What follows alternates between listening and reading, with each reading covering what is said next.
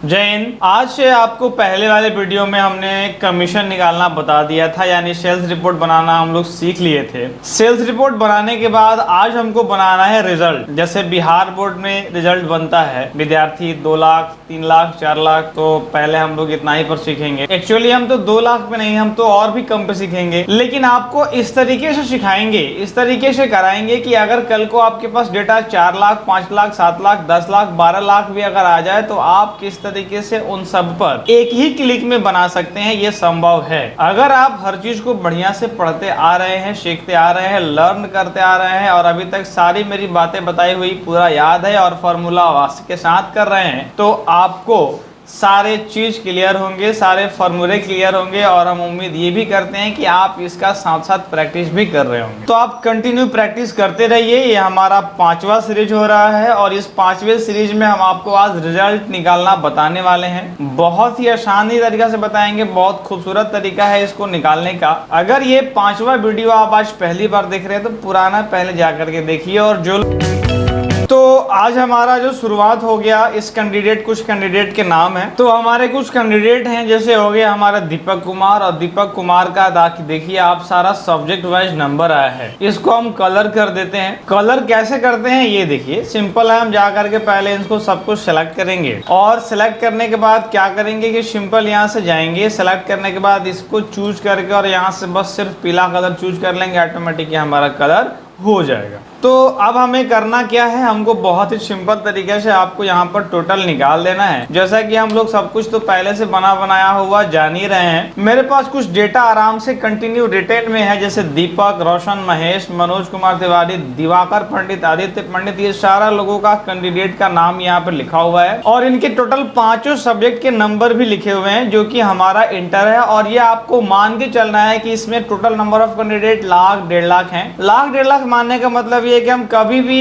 Data का and point हम नहीं टच करेंगे। हम ये मान के चलेंगे कि मेरे पास डेटा बहुत ज्यादा है, 10 लाख 12 लाख है, और हम एंड पॉइंट को टच नहीं करेंगे, क्योंकि डेटा जब बहुत ज्यादा रहेगा तो आप एंड पॉइंट को टच कर ही नहीं पाएंगे। तो टोटल निकालने के लिए आप यहाँ पर आइए और एक फॉर्मूला लगाना होगा टोटल निकालने के लिए, और फॉर्मूला बहुत आसान है। जैसे कि मारिए इज इक्वल टू, और इज इक्वल टू लिखने के बाद आप क्या लिख लीजिए, सिंपल है, सम लिखिए और सम लिखने के बाद ब्रैकेट ओपन करिए। जैसे कि हम पिछले वीडियो से ही सुनते आ रहे हैं कि हमारा सम अगर एक बार ग्रीन हो जाए और एक बार अगर ग्रीन हो जाए तो यहाँ से टैब दबाइए, और टैब दबाते ही आपका क्या हो गया, आपका ग्रीन जैसे हो, जो ग्रीन रहेगा वो अपने आप एक्टिवेट हो जाएगा। और अगर एक्टिवेट हो गया ये, तो अब इनको क्या करना है, बस सिंपल यहाँ से जाइए और यहाँ से बस एक बार में रेंज को सिलेक्ट कर लीजिए, मार लीजिए इंटर, आपका यहाँ पर ऐड हो गया। और इसको ऐसे खींच लीजिए और खींचने के बाद आपको जानकारी में है कि अगर हम यहाँ पर Ctrl+D दबा दे तो हमारा आराम से ऐसे फुलफिल हो जाएगा। अब हमको निकालना है परसेंटेज, और परसेंटेज निकालना आपके लिए बहुत आसान इसलिए हो जाएगा क्योंकि अब इसका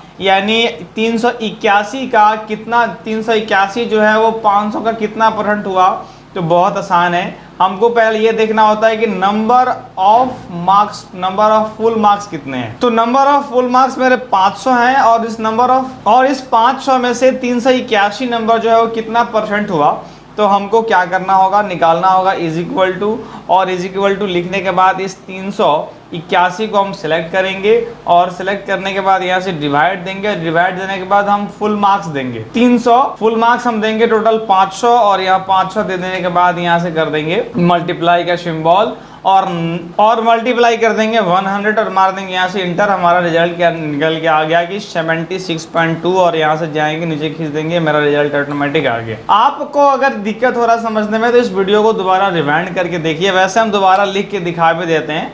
यहाँ पे क्या करना है, इज इक्वल टू, और इज इक्वल टू देखने के बाद हम इसको सेलेक्ट करा 381 को, और 381 को सेलेक्ट करने के बाद हम डिवाइड कितना से किए, तो हम टोटल 500 से डिवाइड कर दिए। और अब अगर 500 से डिवाइड कर दिए हैं तो क्योंकि हमको रिजल्ट अब परसेंटेज में निकालना है तो बस इनटू करके निकाल देंगे 100 और मार देंगे इंटर, यहाँ पर हम निकाल देंगे और निकल गया।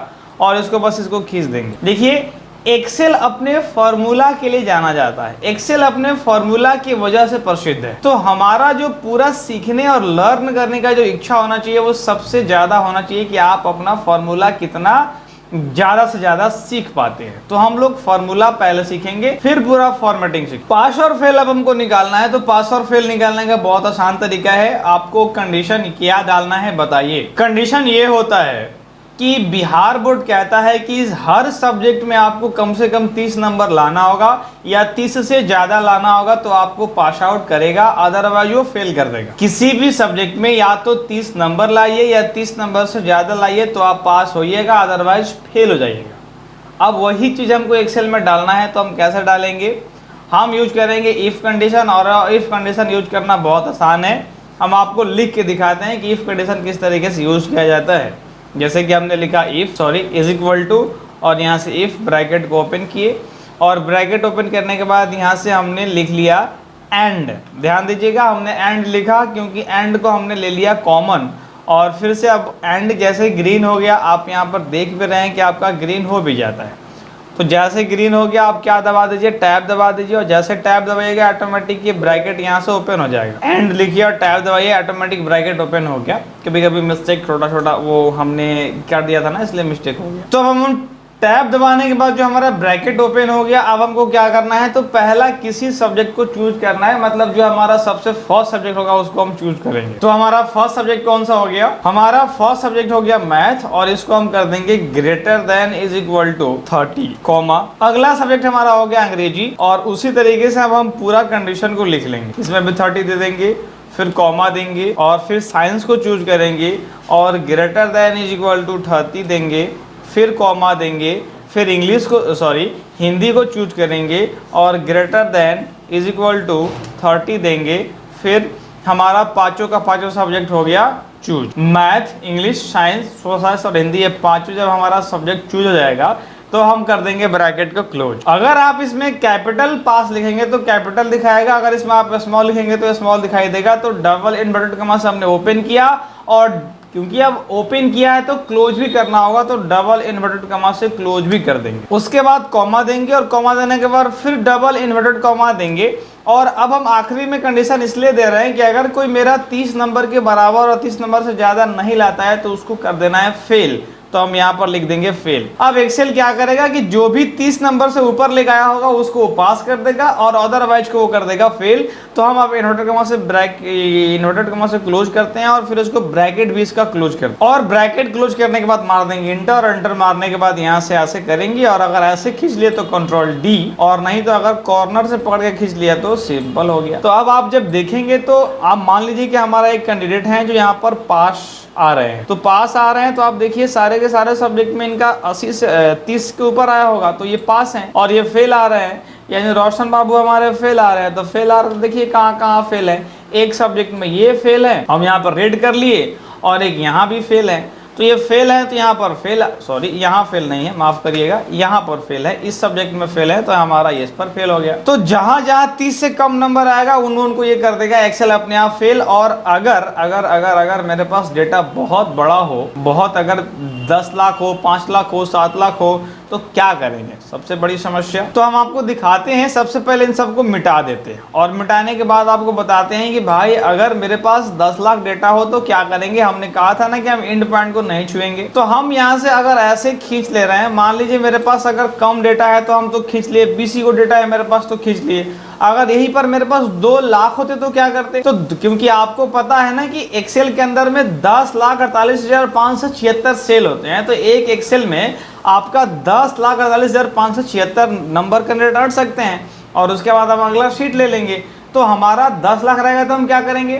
तो यहाँ जाएंगे, सिंपल देखिएगा। अभी जो हम आपको जूम करके दिखा रहे हैं, यहाँ पर जो कॉर्नर वाले पे है ना, जिसको पकड़ के हम लोग खींचते हैं, बस वहां पे जाके आप डबल क्लिक, जैसे ही आप डबल क्लिक करेंगे, अगर आपका डेटा 2 लाख भी है तो कोई समस्या नहीं है, ऑटोमेटिक नीचे फिल हो जाए। आपकी संतुष्टि के लिए हम दोबारा करके दिखाते हैं। यहाँ गए और यहाँ से जाके हम डबल क्लिक जैसे किए, ऑटोमेटिक हमारा भर गया। अगर ये डेटा मेरे पास 20 के जगह 2 लाख भी होता तो आराम से भर जाता, तो हमको एंड पॉइंट करना नहीं पड़ता है।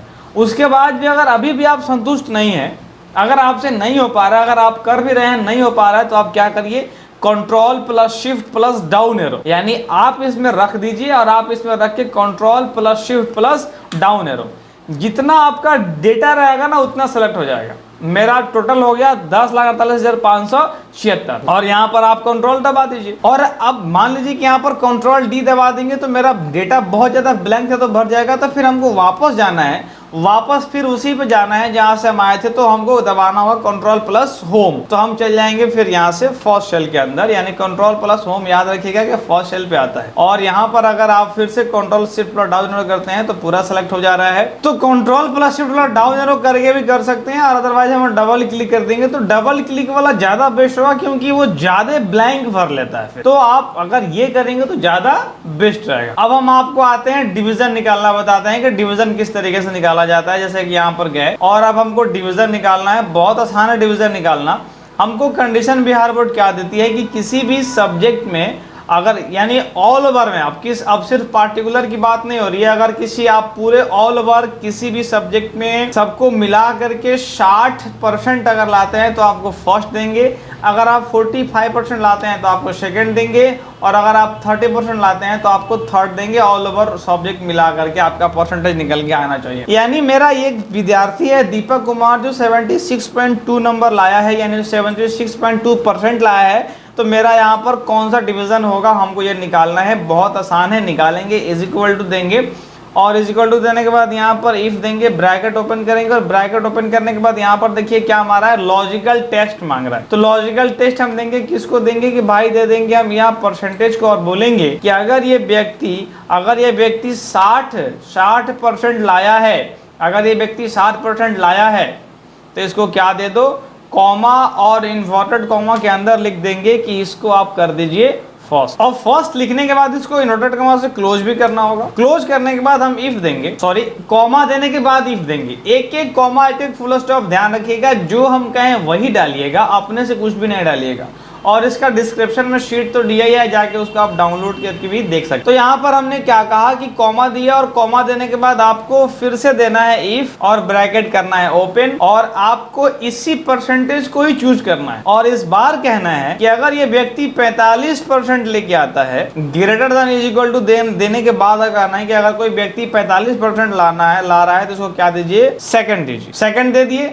अब सेकंड देने के बाद इसको दोबारा इन्वर्टेड कॉमा से क्लोज करिए। याद करें जैसा हम लोग रिमार्क का लिखे थे ना, जस्ट वैसा ये भी है, और उसी की बेस पर हम लोग इसको लिखते हैं। तो सेकंड देने के बाद अब हम क्या कर दिए, फिर से कॉमा दिए, और फिर से इफ दिए, ब्रैकेट दोबारा ओपन। इस बार हमने परसेंटेज को चूज करा, और इस बार फिर बोला कि भाई 30 कितना लाओ, 30% लाओ। तो कॉमा इन्वर्टेड कॉमा के अंदर हम क्या दे दिए, थर्ड दे दिए, थर्ड। और फिर से डबल इन्वर्टेड कॉमा से क्लोज कर दिया, और क्लोज करने के बाद कॉमा, और एक बार फिर से डबल इन्वर्टेड कॉमा, क्योंकि अब अगर कोई व्यक्ति 30% से भी कम लाता है तो उसको क्या देंगे, तो उसको हम एक्सेल को बता देंगे कि चुपचाप उसको फेल कर देना। वो अपने आप जो भी 30% कम लाएगा उसको ऑटोमेटिक फेल कर देगा। उसके लिए अब लेस देन 30 नहीं देना पड़ता है, बस 30% दे दिए, 30 के ऊपर का दे दिए। आप जो नहीं देंगे वो ऑटोमेटिक क्या कर देगा, एक्सेल उसको फेल कर देगा। और अब जब आप ओपन किए हैं इन्वर्टेड कॉमा से, डबल इन्वर्टेड कॉमा से, तो उसको क्लोज भी करना होगा। और अब जितना बार आपका ब्रैकेट ओपन हुआ है उतना बार आपको क्लोज भी करना होगा। तो आप देखिए मेरे में ब्रैकेट कितना बार हुआ है, 1 2 3 और 4, तो 4 बार हम क्लोज कर देंगे। 1 2 3 4 इंटर मार देंगे, रिजल्ट आ गया। ऐसा प्रॉब्लम आ जाए तो देखिए क्या कह रहा है, ये कह रहा है कि MS Excel and error the formula you entered, do you accept the correction proposed below, यानी जो आप जो नीचे जो दे दिए क्या उसको सुधार दे। तो आप जैसे यस करेंगे ऑटोमेटिक सुधार देगा। एक्चुअली ब्रैकेट 3 ही दिया हुआ था, हम 4 पता नहीं कैसे काउंट कर लिए, और यहाँ इंटर मार देंगे ऑटोमेटिक 1 को हटा के सुधार देगा, और सुधारने के बाद आपका रिजल्ट दे भी दिया। तो एक से एक आध ब्रैकेट को सुधार भी सकता है। और हमने ऐसे खींच दिया तो रिजल्ट आ गया। या अगर हम यहाँ पर जाके डबल क्लिक कर देंगे तो देखिए ऑटोमेटिक ये व्यक्ति हमारे थर्ड आए हैं, और थर्ड आए हैं तो ये अपने कर्म की वजह से आए होंगे। इनका परसेंटेज कितना आया है, 44 आया है, तो ये थर्ड में आएगा। अगर जो 45 के अबव आया होगा वो हमारा सेकंड होगा, और जो 30 के नीचे आया होगा वो डायरेक्ट फेल कर गया होगा। तो 30 के नीचे कोई नहीं आया है। लेकिन कुछ लोगों का सवाल रहता है कि सर आप यहाँ फेल कर दिए, फिर इसका डिवीजन सेकंड क्यों दिखा रहा है, आप यहाँ पर फेल हो गया तो ये डिवीजन सेकंड क्यों दिखा रहा है। तो सिंपल है, देखिए ये जो कैंडिडेट है वो सेकंड डिवीजन के कैटेगरी में ही आएंगे, लेकिन ये सारे सब्जेक्ट पे 30 नंबर से अबव नहीं लाए हैं, इसलिए फेल कर दिया गया। तो बिहार बोर्ड जब मार्कशीट बनाती है तो क्या करती है कि जो लोग फेल हो जाते हैं उनको डिवीजन की कैटेगरी मिलती ही नहीं है, यानी रिजल्ट ऐसे ही बनता है। तो जो फेल कर जाते हैं, जो लोग फेल कर जाते हैं उनका डिवीजन वाला जो कैटेगरी है वो नहीं बनता है। यानी उनके मार्कशीट में फर्स्ट सेकंड थर्ड नहीं लिखाया जाता है। लेकिन अगर पूछा जाए कि कैटेगरी किस में है, किस कैटेगरी में बिलोंग करते हैं, किस कैटेगरी में आए, तो यहाँ पर हमारा हो जाएगा क्या, सेकंड आ ही जाएगा, ऑटोमेटिक सेकंड हमारा आ जाएगा। क्योंकि भाई अगर वो फेल है तो वो कैटेगरी सेकंड में ही बिलोंग करता है, लेकिन फेल है तो उसका रिजल्ट हम सेकंड डिवीजन नहीं छापेंगे। तो हम उम्मीद करते हैं कि बात मेरी आपको समझ में आई होगी और यहाँ तक आप इसको देखें। इस वीडियो को आप यहाँ तक देखने के लिए आपका बहुत बहुत धन्यवाद। हम आपसे मिलते हैं फिर नेक्स्ट वीडियो में।